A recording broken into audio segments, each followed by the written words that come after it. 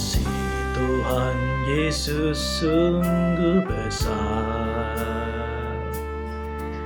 Dia berikan hidupnya tanggung derita agar aku menjadi anaknya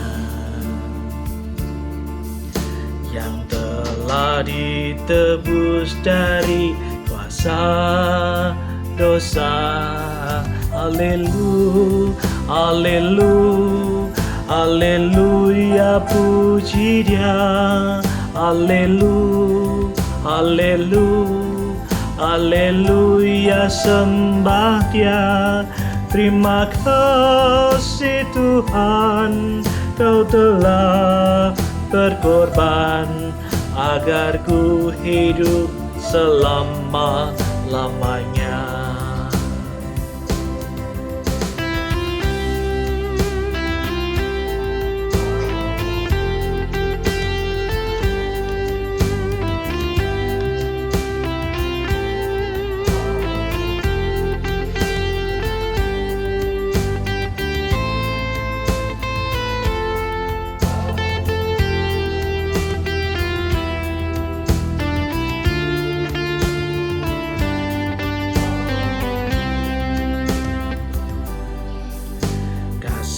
Tuhan Yesus sungguh besar.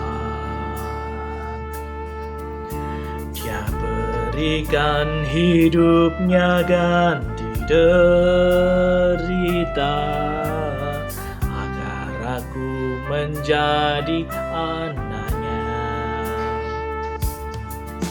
yang telah ditebus dari kuasa dosa. Haleluya, puji Dia. Haleluya, sembah Dia. Terima kasih Tuhan, Kau telah berkorban agar ku hidup selama-lamanya.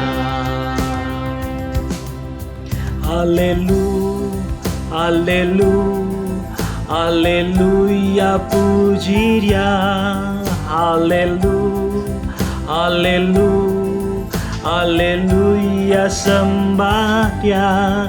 Terima kasih Tuhan, Kau telah berkorban agar ku hidup selama-lamanya. Agar ku hidup selama-lamanya. Agar ku hidup selama-lamanya.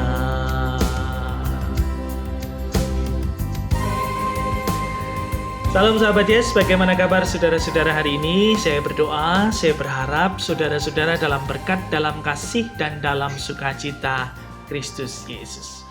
Nah sahabat-sahabat Yesus, suatu kali pada malam hari Tuhan Yesus ditemui oleh salah seorang bernama Nikodemus. Nikodemus pada waktu itu adalah pimpinan Yahudi. Dia adalah seorang yang memegang hukum Tuhan atau Taurat Musa pada waktu itu.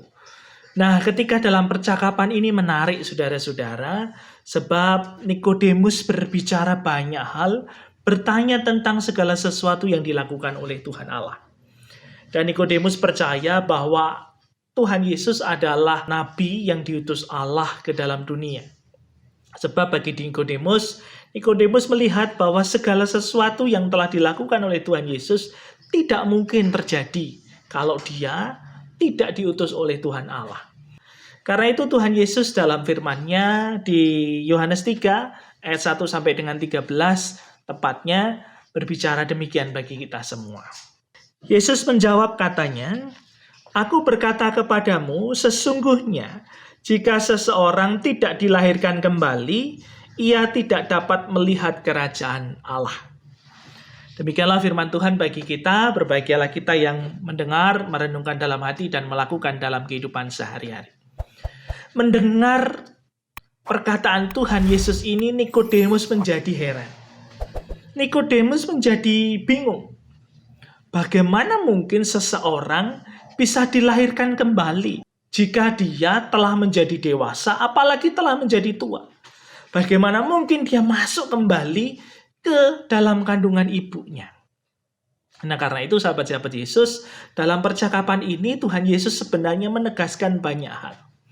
Karena apa yang diketahui oleh Nikodemus bahwa Yesus sebagai nabi itu hanya sebatas apa yang dia ketahui dari mempelajari kitab-kitab Tuhan. Tetapi dia tidak bisa merasakan dalam hatinya bahwa Yesus ini adalah Allah sendiri yang datang dalam rupa manusia. Nah, bagaimana kita juga bisa memahami apa yang dikatakan oleh Tuhan Yesus ini? Karena itu saudara-saudara yang terkasih di dalam Tuhan, saya memperlihatkan sebuah gambar bagi saudara-saudara. Silakan diperhatikan gambar di sebelah saya.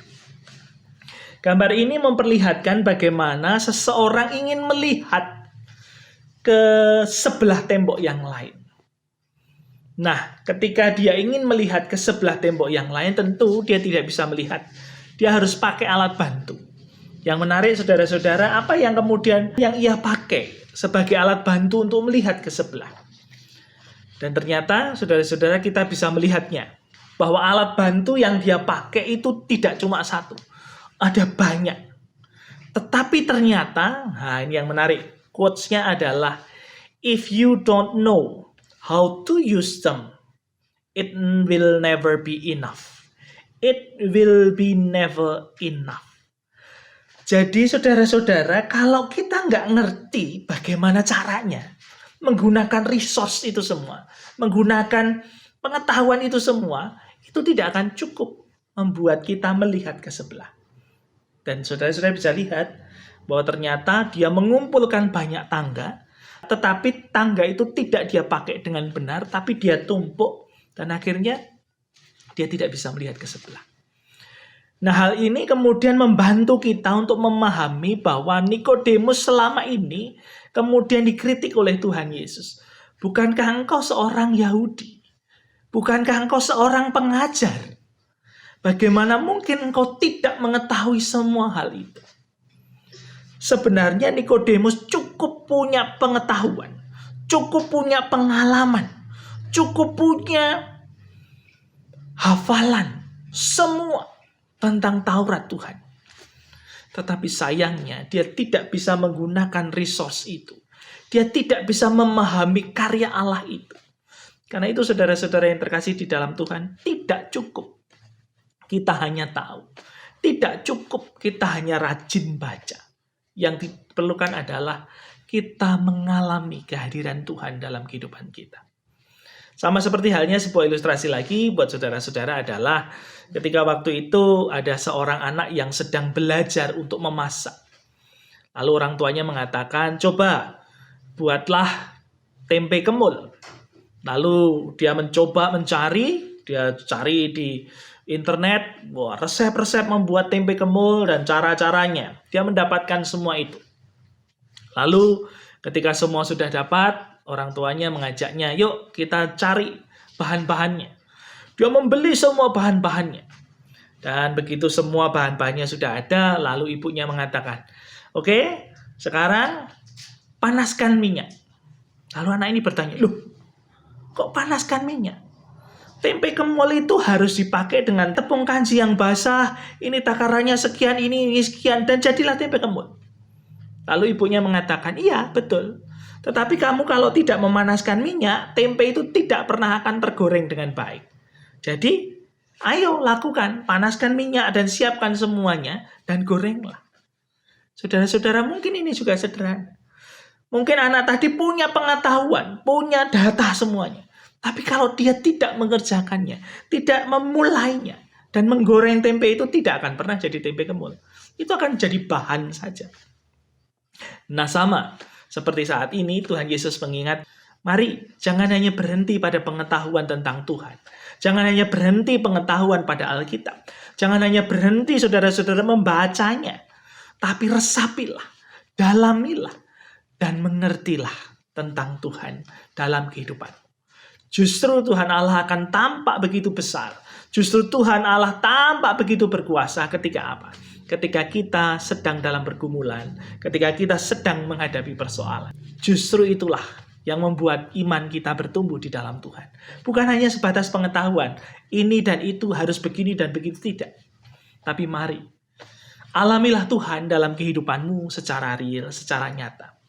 Sebab Tuhan datang supaya saudara dan saya punya pengalaman iman di dalam Tuhan. Karena itu, mari bersama-sama kita berdoa. Allah Bapa Surgawi, kami bersyukur untuk sabdamu saat ini. Kami belajar sebagaimana Nikodemus. Tuhan, mungkin selama ini kami tahu banyak hal tentang Alkitab. Mungkin selama ini kami juga membaca beberapa buku tafsir. Selama ini mungkin kami juga rajin untuk merenungkan sabdamu.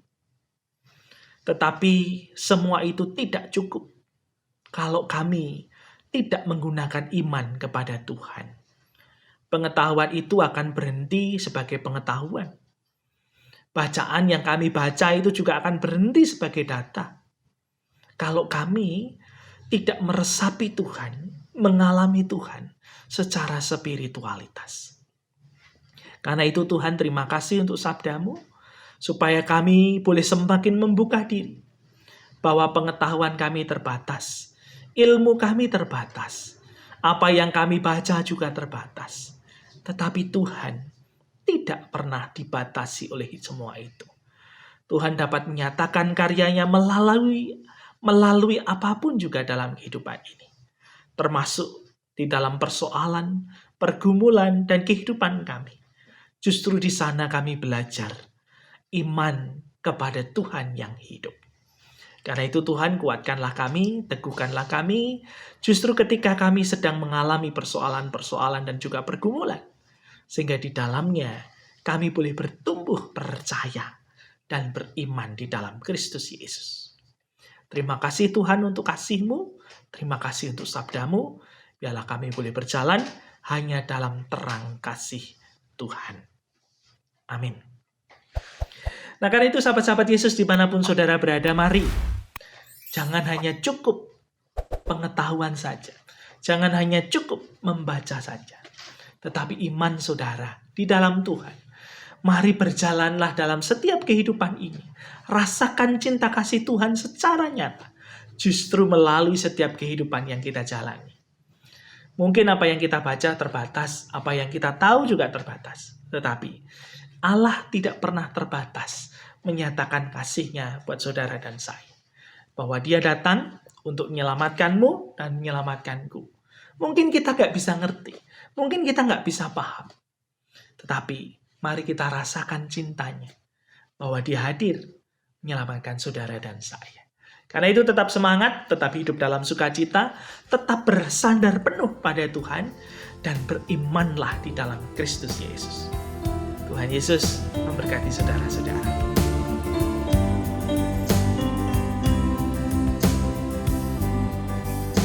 Kasih Tuhan Yesus sungguh besar. Dia berikan hidupnya tanggung derita agar aku menjadi anaknya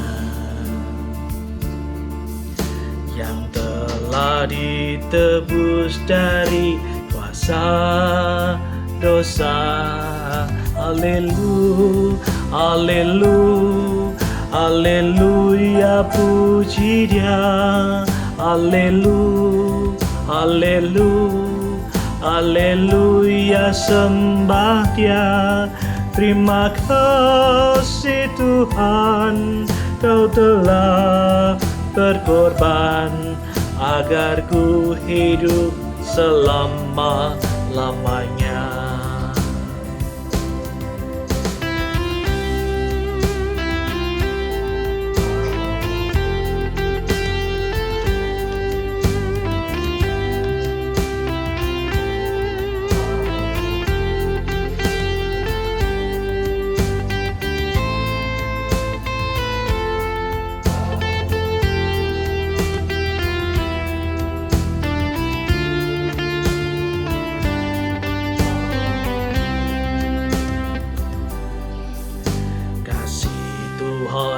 Yesus sungguh besar. Dia berikan hidupnya ganti derita, agar aku menjadi anaknya, yang telah ditebus dari kuasa dosa. Haleluya, puji Dia. Haleluya, sembah Dia. Terima kasih Tuhan, Kau telah berkorban agar ku hidup selama-lamanya.